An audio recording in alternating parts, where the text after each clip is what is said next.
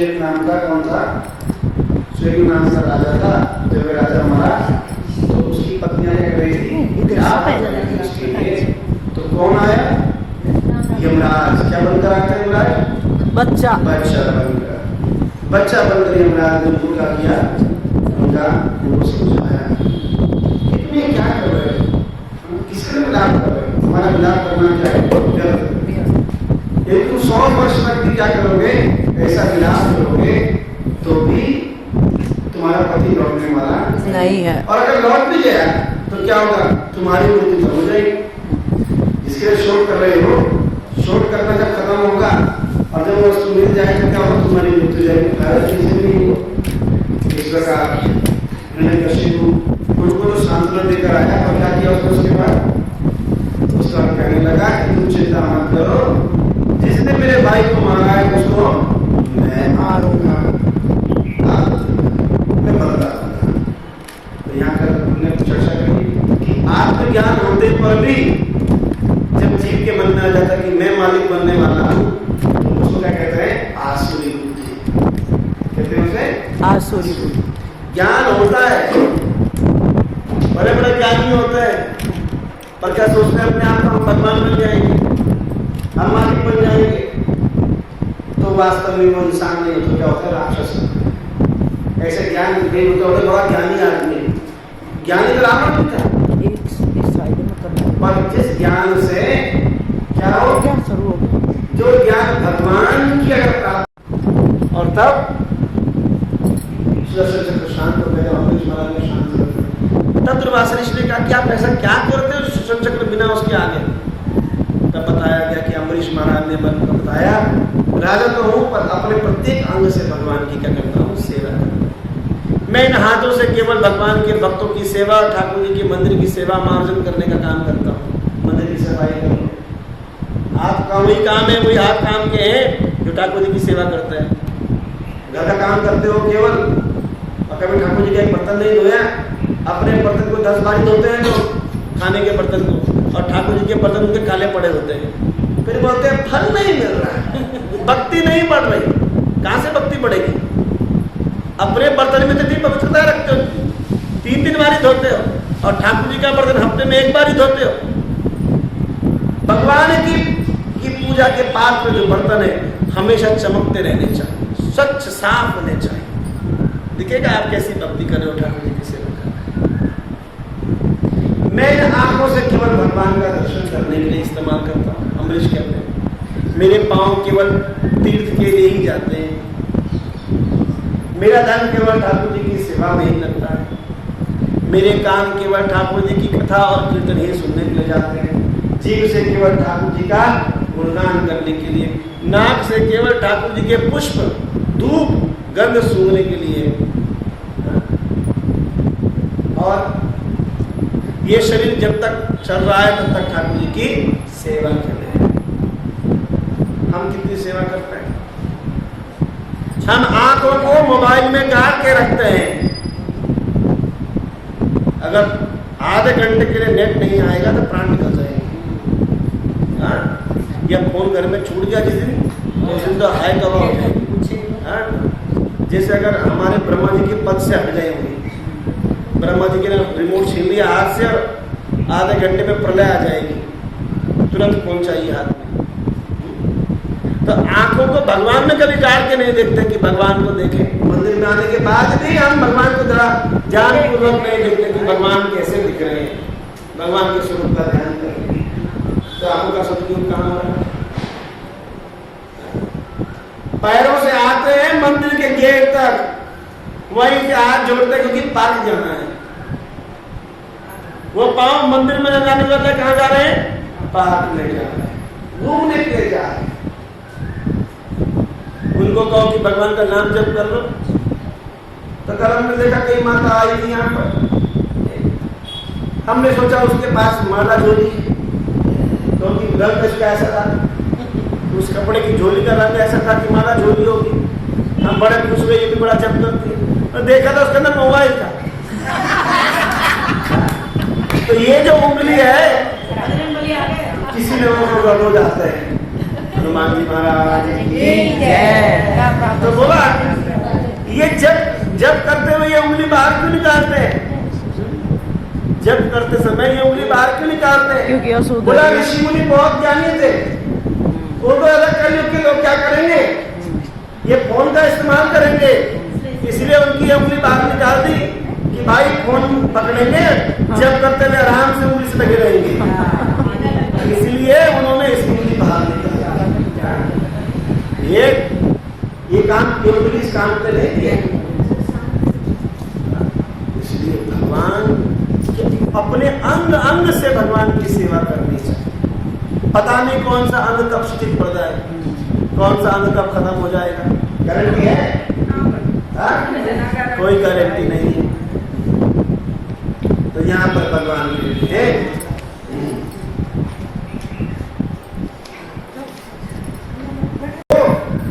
हिरण्यकश्यप की प्रसन्नता के लिए अपने आप ही रक्त प्रदान कर देती। जो समुद्र थे, मीठे रस के, गन्ने के रस के, घी के, दूध के, दही के, ये सब लबालब भरे रहते और उस हिरण्यकश्यप की सेवा करते। पर्वतों के मध्य की घाटियां हिरण्यकश्यप की पीड़ा स्थली बन गई, खेलने का स्थान बन गया, और जल वृष्टि कराना, सुखाना, जलाना, ये सब हिरण्यकश्यप के अधीन होने लगा कि आज बारिश होगी नहीं करनी, काम सब करना, इंद्र बन गया। समस्त दिशाओं में वश में करने की शक्ति प्राप्त करके भोग करने के बावजूद हिरण्यकश्यप असंतुष्ट रहा। इतना सब कुछ होकर भी क्या रहा, वो असंतुष्ट रहा। संतोष किसको होता है? जिसके पास कोई काम नहीं होता, कोई संतोषी होता है। संतोषी वही होता है। प्रभुपाद जी बोलते हैं कि इंटेलिजेंट लेजी, ज्ञानी आलसी बढ़िया होता है। ज्ञानी आलसी, आलसी ये मतलब है, आलसी फालतू कामों से बचे रहता है और अपने आप को बड़ा ज्ञानी समझता है, संसार कामों लगा रहता है। वो क्या है? मूर्ख है, मूर्ख आदमी। वो गधे की तरह लगा रहता है, किसके लिए? घास खाने के लिए। गधा क्या सोचता है, क्या मिलेगी? घास मिलेगी। किसका फोन बज रहा है? हाँ, आवाज आ रही है।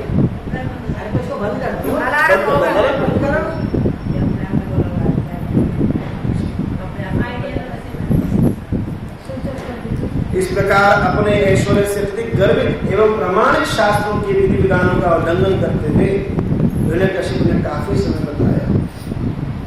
अतः उसे 4 कुमारों ने, जो प्रतिष्ठित ब्राह्मण थे, उन्होंने श्राप दे दिया। हिरण्यकश्यप द्वारा दिए गए कठोर दंड से सबके सब यहाँ तक विभिन्न लोगों के शासन क्या हो गए? त्रस्त हो गए। वे अत्यंत भयभीत हो गए और फिर किसकी शरण में आए? भगवान विष्णु की शरण में आ गए। तो यहाँ पे प्रभुपाद जी बता रहे, भोक्तारम निगतरसाम सर्वलोक महेश्वरम श्रुतम सर्वभूतानां ज्ञात्वं मां शांतिमृच्छति। मुनिगण मुझे समस्त यज्ञों और तपस्याओं का चरम प्रयोजन, समस्त ग्रहों और देवताओं का परमेश्वर एवं समस्त जीवों का उपकारी और शुभ चिंतन जानकर भौतिक यातनाओं से शांति लाभ करते हैं। यहाँ पे प्रभुपाद जी बता रहे, यदि हम प्रारंभ से ही परम मित्र की शरण खोजते रहे तो किसी प्रकार के भय का कोई कारण नहीं उठता। कहा गया, यदि जल में तैरते हुए कुत्ते की पूंछ पकड़कर कोई व्यक्ति समुद्र पार करना चाहे तो वो क्या है? निसंदेह क्या है? मूर्ख है। इसी प्रकार विपत्ति के समय जो व्यक्ति देवताओं की शरण में जाता है वह क्या है? मूर्ख है, क्योंकि उसके सारे प्रयास क्या होंगे? व्यर्थ होंगे। हर परिस्थिति में मनुष्य को चाहिए कि पूर्ण पुरुषोत्तम भगवान की शरण ग्रहण करे, तब किसी प्रकार का भय नहीं रहेगा।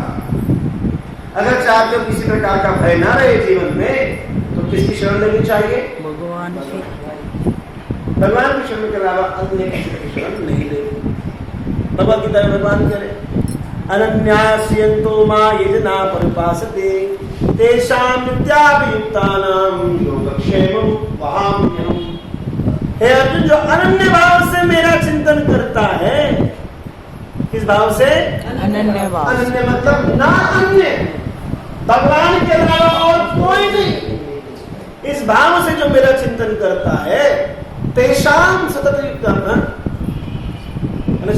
तेषाम नित्याभियुक्तानां, उनके नित्य अभियुक्ति के लिए क्या करता हूं मैं? योगक्षेमं वहाम्यहम्, मैं उसको योगक्षेम प्रदान करता हूं। तब उसे चिंता नहीं रहती कि कौन खाना खिलाएगा, कौन मेरी रक्षा करेगा। क्यों? तो अनन्य भाव किसका होता है? बिल्ली के बच्चे का होता है कि बंदर के बच्चे का होता है? बिल्ली के बच्चे का। बंदर का बच्चा अपनी माँ को चिपट के पकड़ के रहता है, कि माँ भागेगी कहीं छोड़ के ना चला जाए। और बिल्ली का बच्चा टांग पसार के पड़ा रहता है कि माँ जहां भी जाएगी ले जाएगी। अब बिल्ली के आगे चूहा भी आता है और बिल्ली का बच्चा भी आता है। बिल्ली का मुंह वही है, दांत वही है। चूहा देख के डर जाता है, ओ मर गया, मार बिल्ली, मौत आ गई, दबा देगी। और बिल्ली का बच्चा क्या सोचता है? माए मारे या तारे, ये तो सोचता है। तो इस प्रकार जब कोई जीव भगवान की शरणागत होता है,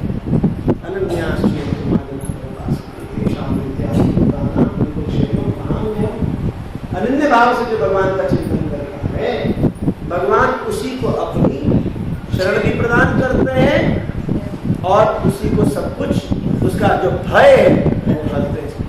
ये भय किसको हुआ था? अनन्य भाव से शरण में भगवान की कौन गया? राम जी की शरण में विभीषण गया। जब विभीषण शरणागति लेने के लिए आया राम जी की, तो सबने क्या कहा? जान न सकई निशाचर माया, काम रूप के ही कारण आया। भगवान निशाचर की माया कौन जान सकता है कि इस काम से आया? पता थोड़ी ना है।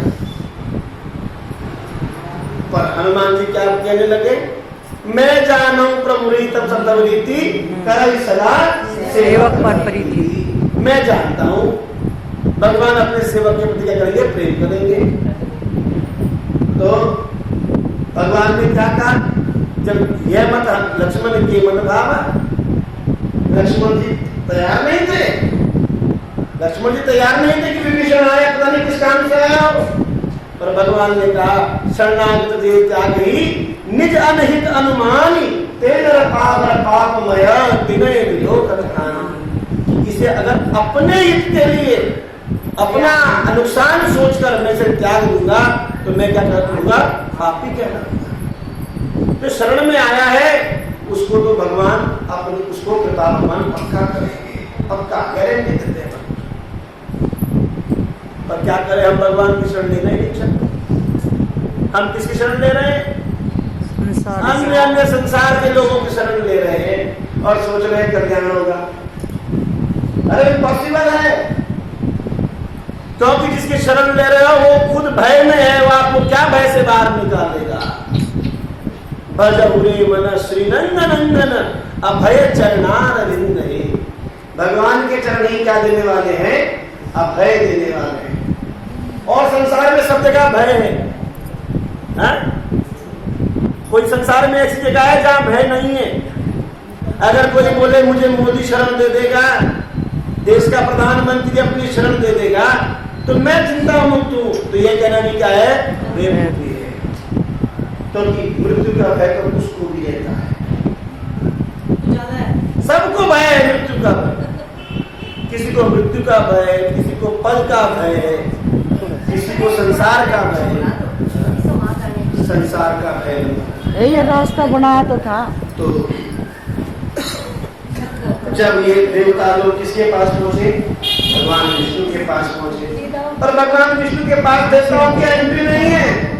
क्या सोचते हो देवता भगवान का दर्शन कर लेंगे? नहीं, देवता भगवान का दर्शन नहीं कर पाते हमेशा।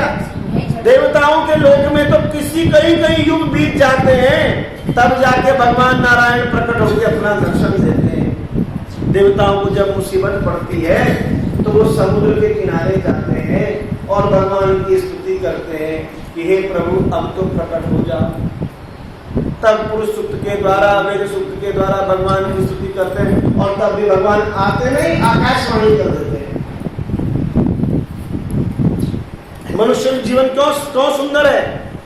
क्योंकि जितनी बारी भगवान इस पृथ्वी पे आते हैं, मृत्यु लोक में दर्शन देने के लिए आते हैं, उतनी बारी भगवान देवलोक में नहीं जाते हैं, स्वर्ग में नहीं जाते भगवान।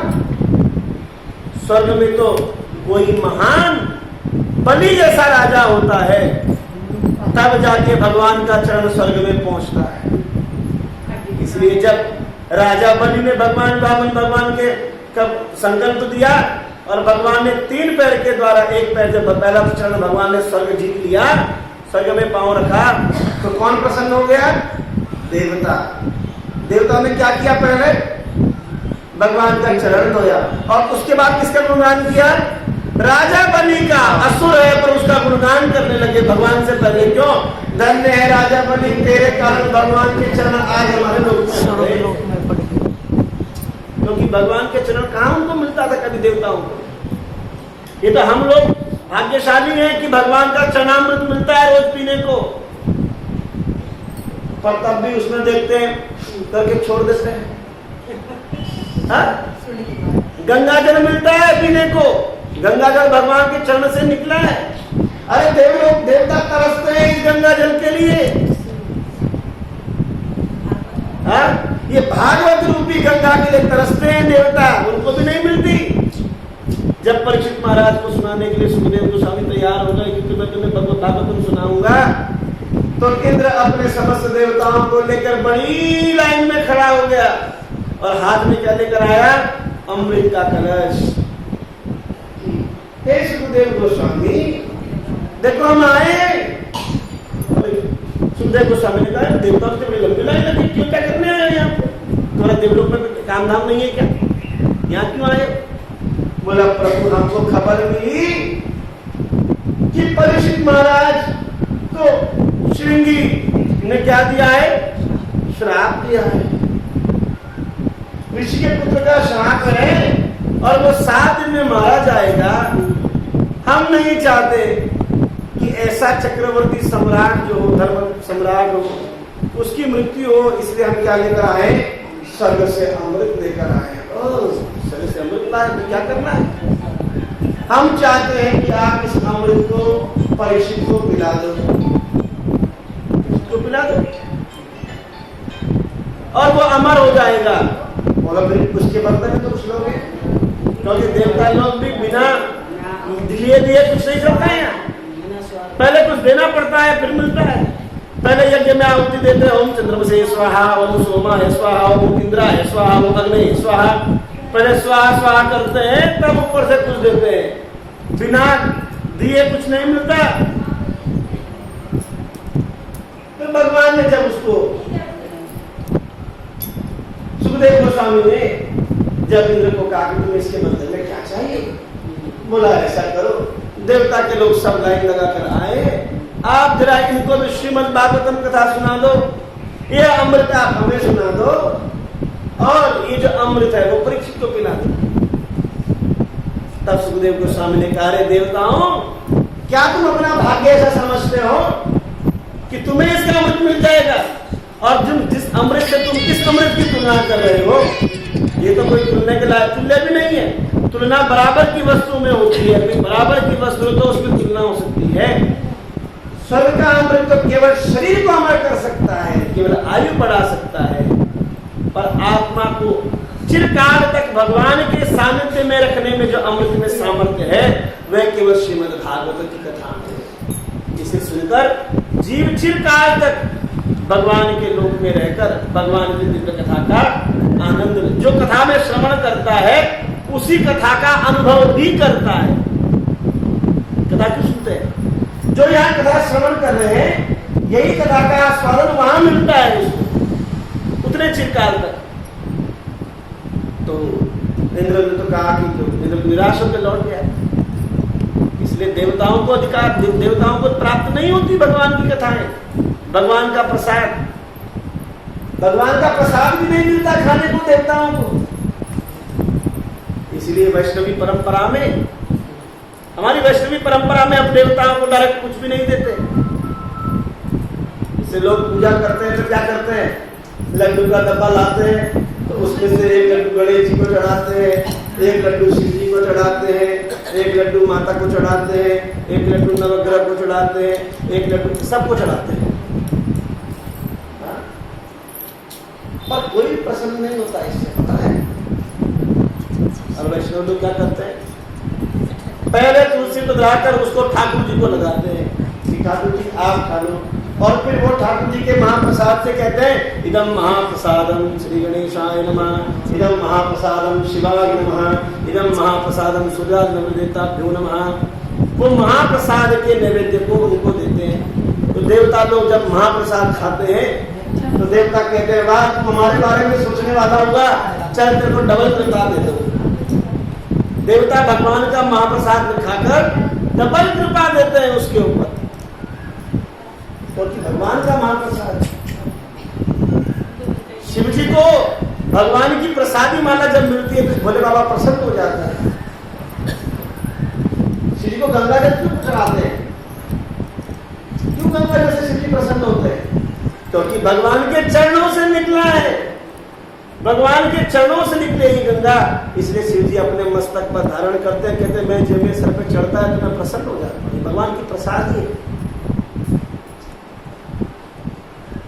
तो ये देवता लोग जब भगवान को दिखते नहीं आसानी से, तो ये देवता लोग कहाँ जाते हैं, समुद्र के किनारे जाकर भगवान की स्तुति करते हैं कि हे प्रभु पृथ्वी पे देखो बड़ा आतंक फैला दिया इस राक्षस ने, इस असुर ने, आप कल्याण करो इसका।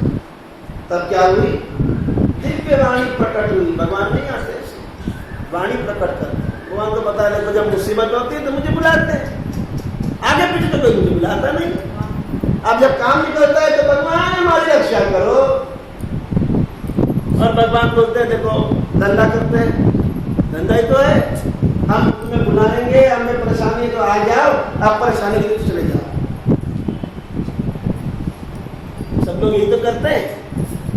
ओ ठाकुर जी घर में शादी है तो गणेश जी आप भी आना, सबको बुलाते हैं, अब शादी हो जब अपने घर चले जाओ। किसी ने देखा है बिठा के रखा भगवान को परमानेंटली, सब कहते हैं उसके बाद अब तो काम हो गया, आप देव देवताओं को तुम भी अपने घर को जाओ। जब तक हमारा काम था तब तक बैठे रहे ना, अब हमारा काम निपट गया, अब अपने अपने घर को चले जाओ।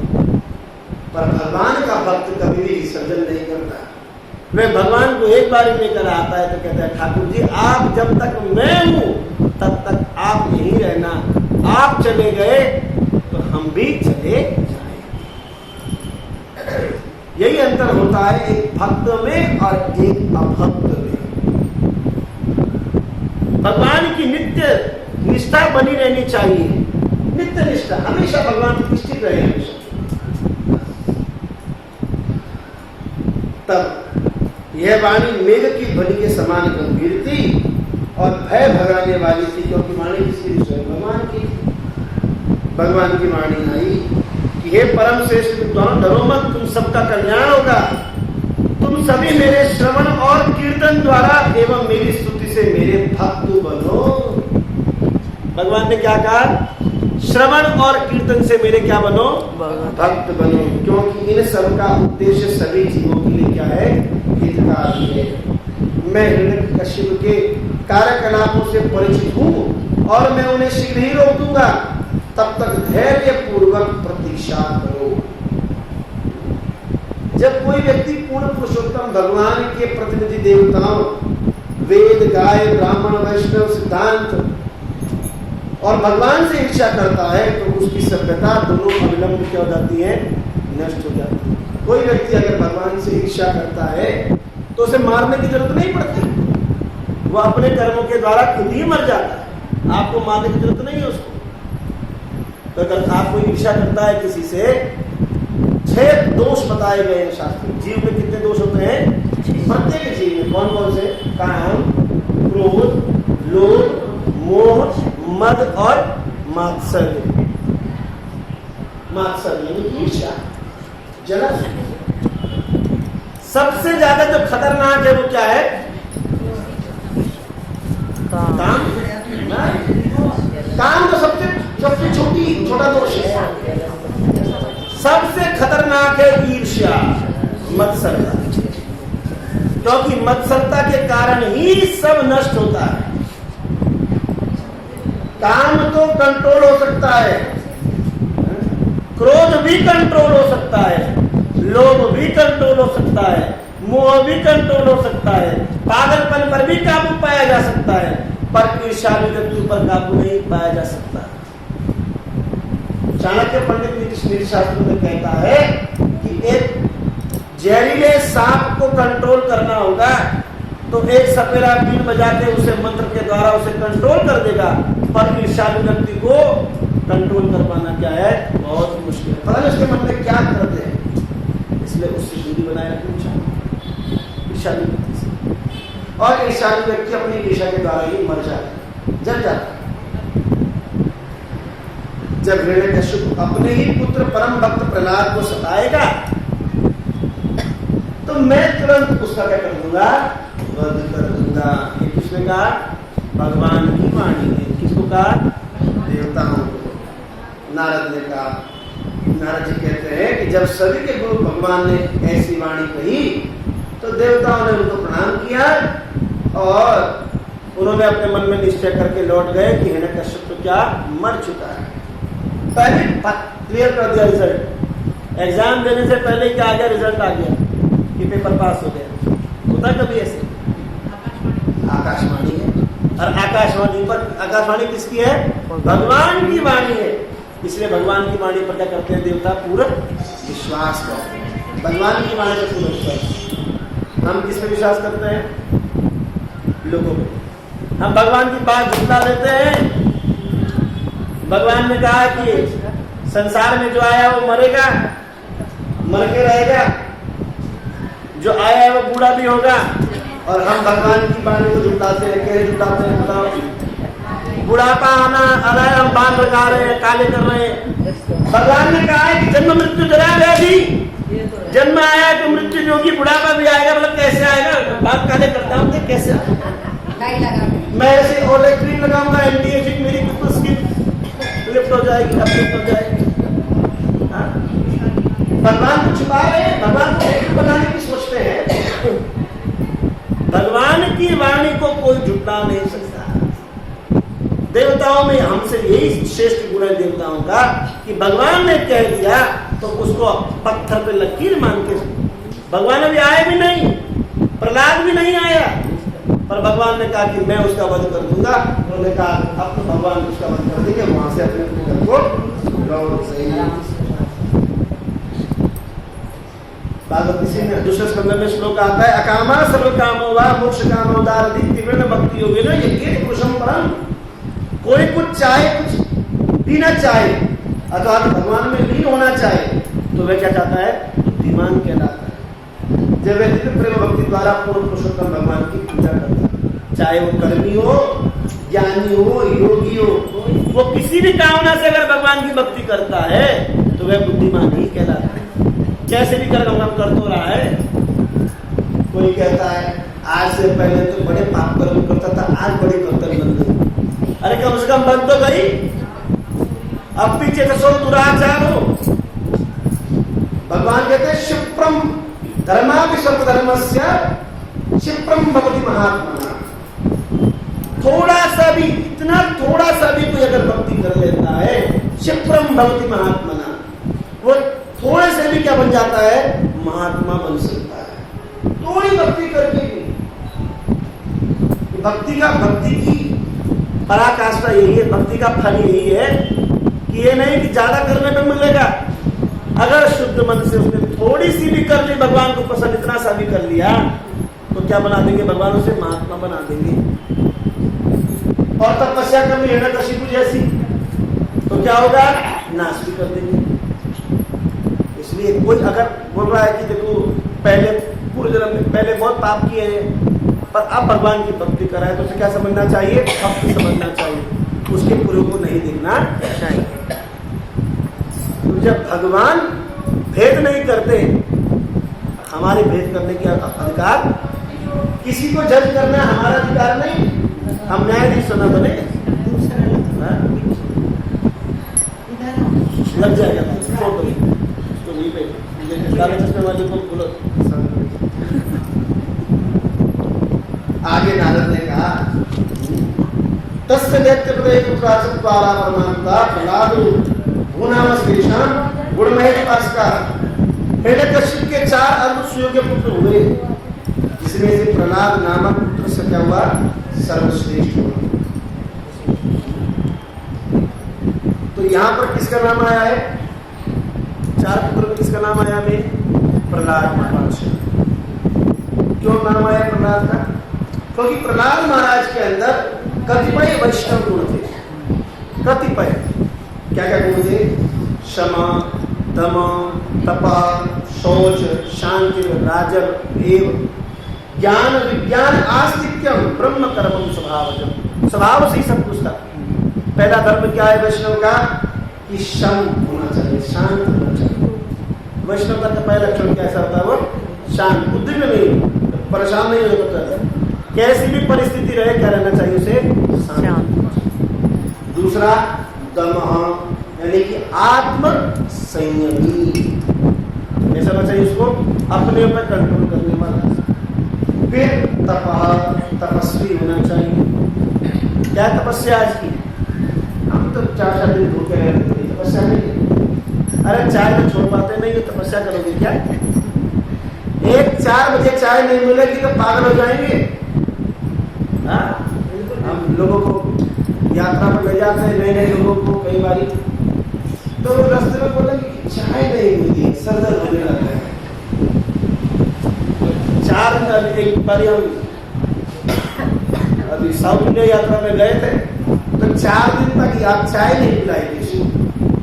पहले दिन सबने कहा कि प्रभु जी बहुत से दर्द हो रहा है, सर फट जाएगा, चक्कर आ जाएगा, कोई टेंशन नहीं है, फट जाएगा, देख लीजिए। फिर एकादशी का दिन था, सबने उपवास किया था, प्रसाद खिलाया सबको, 2 दिन 3 बार एकादशी प्रसाद खिलाया। बोला प्रभु जी सर फट जाएगा, मैंने बढ़िया एकादशी का दिन है, 3 दिन बढ़ जाऊंगा तो क्या चाहिए, शरीर का करना क्या है। बढ़िया तिथि के दिन अगर भगवान के धाम में आपका शरीर पूरा हो जाए तो और क्या, उससे बढ़िया सौभाग्य क्या होगा। कोई नहीं मरा 4 दिन में, कोई नहीं मरा। अगर आप कितना भी कंट्रोल नहीं कर पाते तो क्या तपस्या कर रहे हैं। फिर शुचिता, वैष्णव को क्या रहना चाहिए, हमेशा पवित्र रहना चाहिए। लोग बोलेंगे मन चंगा क्या जरूरत है नहाने की। भक्त को चाहिए कि बाहर से भी पवित्र रहे और अंदर से भी पवित्र रहे। बाहर की पवित्रता भी बहुत जरूरी है। क्यों, क्या कहते बाहर की पवित्र शरीर की पवित्रता की, क्योंकि इस शरीर से ठाकुर जी की सेवा करनी है। ठाकुर जी की सेवा में पवित्रता होनी। क्यों, अगर नाखून बड़े बड़े हैं, उनमें मैल जमा है, मैल नहीं भी जमा, नाखून बड़े बड़े हैं, ठाकुर जी के श्री अंग को मलोगे तो ठाकुर जी को हल्का सा भी नाखून लगा तो क्या, अरे भगवान तो पीतल के हैं, उनको क्या नाखून लगेगा। ऐसी भावना से अगर ठाकुर जी को लगाओगे तो पीतल ही मिलेगा, कुछ नहीं मिलेगा।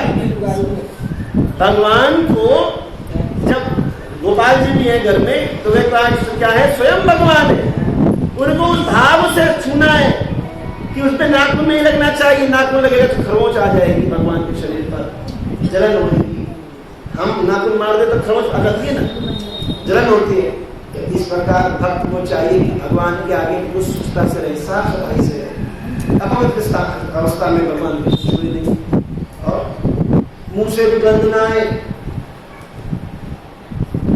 श्रीनाथ जी के पुजारी जब श्रीनाथ जी को स्पर्श करने जाते हैं नाथ द्वारा में तो क्या करते हैं, हाथ धोने के बाद वो इत्र से अपना मुंह इत्र से कुल्ला करते हैं पहले, क्योंकि वहां ठाकुर जी को भगवान का सुख सर्वश्रेष्ठ बताया है। पुष्टि मार्ग में भगवान का सुख सर्वश्रेष्ठ है, तो इत्र से कुल्ला करते हैं और इत्र को हाथ में लगाकर पहले हाथों से इत्र से हाथ धोते फिर पानी से धोते हैं कि हाथ से भगवान के शरीर को छूना है तो हाथ के शरीर की बदबू भी भगवान को नहीं छूनी चाहिए। और मुंह में इलायची या लौंग को मुंह में दबा देते हैं, जिससे अगर मुंह खुले तो मुंह में भगवान सुगंध दी जाए। बद्रीनाथ जी में जब भगवान की सेवा होती है, यहाँ तक कि तिल, जब टीवी में तिल पीसे जाते हैं भगवान के अभिषेक के लिए, तो उसमें भी मुंह पे कपड़ा बांधा जाता है। औरतें सब हम कपड़े बांधते हैं, क्यों? क्योंकि मुंह के थूक भी नहीं गिरना चाहिए। इतनी पवित्रता का ध्यान रखना पड़ता है। ये क्यों बनाया गया? अब कोरोना आया तो सबने मास्क लगा दिए। अगर पहले बोलते कि ऐसे भगवान की सेवा करें, क्या होता है? कुछ नहीं होता। अब कोरोना आया तो सबको टेंशन, मन में मास्क पकड़ लिए, सर पे भी बांध दिया कपड़ा। भगवान की सेवा पवित्रता से करनी चाहिए। जितनी पवित्रता से भगवान की सेवा करते हैं, सेवा उतनी फलीभूत होती है। लोग बोलते हैं कि हम तो इतने बड़ी बड़ी पूजाएं करते हैं, फल क्यों नहीं मिलता? क्योंकि आप वही टीका चंदन दुनिया की खोपड़ी पे लगाते हो, वही टीका चंदन ठाकुर जी पे भी लगा देते हैं। उसी कटोरी में लोग भी खा रहे हैं, उसी कटोरी से ठाकुर जी भी खा रहे हैं। तो पवित्रता कहाँ है? कहाँ है पवित्रता? वही खाने को नवग्रह को चढ़ाया, वही जूठा भगवान को भी खिला दिया। एक थाली में सब रखा, उसी में से गए तुम पर उनको चढ़ा दिया, फिर उसी से उसको चढ़ाया। क्या तुम किसी की ड्यूटी प्लेट से खा सकते हो? हम जब किसी की ड्यूटी प्लेट से नहीं खा सकते तो भगवान है, तो फलीभूत कहाँ से? पवित्रता बहुत आवश्यक है सेवा में। बाहर मंदिर से आए, पैरों को धोना, कुल्ला करना, हाथों को धोना, आचमन करना, बालों को ढके रखना। ठाकुर जी की सेवा में इसलिए मुझे बाल ढके रहने चाहिए। क्यों? क्योंकि बाल गिरेगा, जहां बाल गिरेगा वो शुद्धि हो जाएगी। पुरुषों के हमारे मंदिर में अगर हम भगवान के अर्चन करने अंदर जाते हैं तो नियम है, 1 इंच से ऊपर बाल नहीं बढ़ाना चाहिए। हेड शेप करो, गंजा करो, साफ करो, गंदगी जाएगी। गंदगी बिल्कुल नहीं। भगवान की सेवा में स्वच्छता सफाई रहनी चाहिए।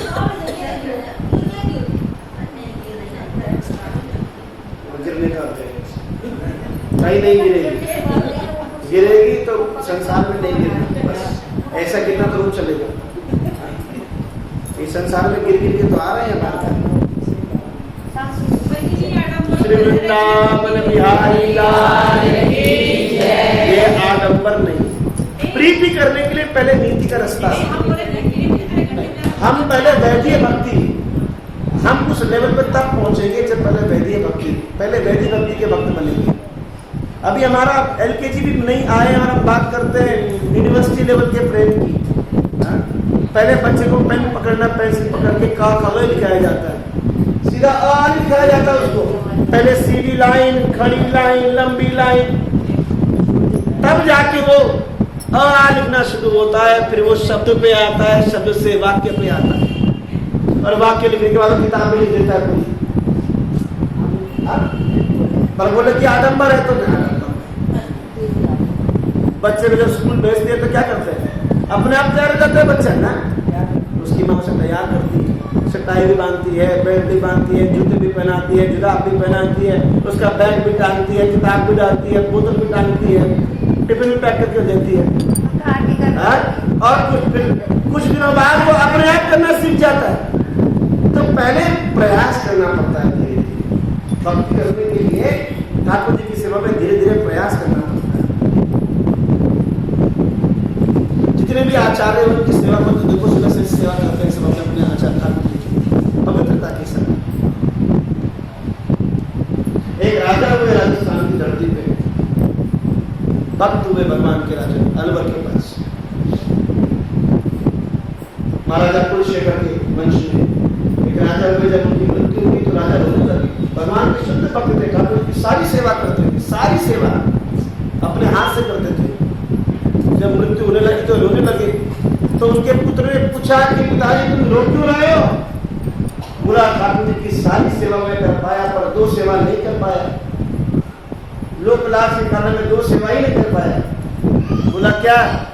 बोला एक तो राजा हूं, कभी ठाकुर जी के स्नान के लिए पानी लेकर नहीं आया कुएं से। तो राजा है, राजा पानी लेकर आया तो कैसे? तो अपने सिर के ऊपर कभी पानी रख के नहीं लाया, और कभी ठाकुर जी के आगे नाचा नहीं कि ठाकुर जी को प्रेम से नचा के नाच, ठाकुर जी के आगे नाचता, ठाकुर जी प्रसन्न होते। तो उसके पुत्र ने कहा चिंता मत करो, इसको मैं स्वीकार दो काम में करूँ। ये जो काम मैं आपकी भक्ति को पूरा करूँगा। दूसरा उसके पुत्र ने पूरा नियम दिया कि मैं राजा होकर रोज ठाकुर जी के अभिषेक के लिए और पीने के लिए पूरा जल रोज कुएं से भर के लेकर आता और शाम को ठाकुर जी के आगे नृत्य करता है। भगवान की सेवा, कोई भी सेवा लोक रंजन के लिए नहीं, मनोरंजन के लिए नहीं, आत्मरंजन के लिए। भगवान का भजन आत्मरंजन के लिए है, किसी के लिए नहीं है। लोग बोलते हैं हमें बड़ा अच्छा लगता है इसलिए गा देते हैं, हम इसलिए नाचते हैं क्योंकि तू भी खड़ी हो, तू भी नाच, तू क्यों नहीं नाचती? और जब बोले तू भी नाचती भाई, हम नाच क्यों रहे हैं? अपने शरीर को सुख देने के लिए नहीं, ठाकुर जी की प्रसन्नता। भगवान आप जैसे कैसे कौन नाचता है? जब कोई बच्चे को खुश करना होता है, छोटे बच्चे को, तो माँ उसके आगे ताली बजाती है। बड़े बड़े लोग ऐसे करते हैं, क्यों? उसकी प्रसन्नता से नाचते हैं उसके आगे कि बच्चा खुश तो हंस जाए एक बार। ऐसे ही भक्त भगवान को रिझाने के लिए, ठाकुर जी को प्रसन्न करने की भावना से भगवान के आगे निकले।